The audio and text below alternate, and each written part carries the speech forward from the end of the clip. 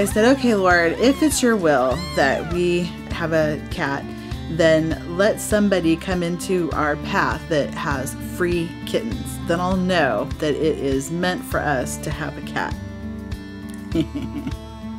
A few months ago, this beautiful calico cat came into the garden area, and she started hanging out in the reed bushes that were there and partaking in the water dish, and just seemed like she was hanging around. She went from being a really clean cat to getting really dirty and just being out and around all the time. So I think she ended up becoming a stray cat. When Skittles was out and feeding and stuff, I was actually the only one who was videotaping. So I want you to know that all that video in the beginning was from this little device, my iPod. And she's just so beautiful. My first instinct was, oh, I want to pet the kitty. So she had gotten some cat food to feed her and try to get her to come in and allow us to be able to pet her. So we started feeding her, but then I'm starting to see all kinds of cats out there and even a raccoon eating the food. And I didn't want to feed all the cats and all the raccoons in the whole neighborhood. When we were on the outside trying to get to her to pet her, she wanted to have nothing to do with it.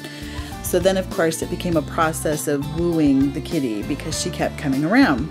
But still very skittish, hence the name Skittles. But little by little, we've gained her trust, and probably about a month into it, we realized that she was pregnant. Her little belly was getting very big, and to watch her from behind, she looked like a cow waddling. Then she started liking it around here. She actually started letting us pet her where she wouldn't let anybody pet her before. Then the concern was I didn't really want her to have her kittens outside where they could get hurt.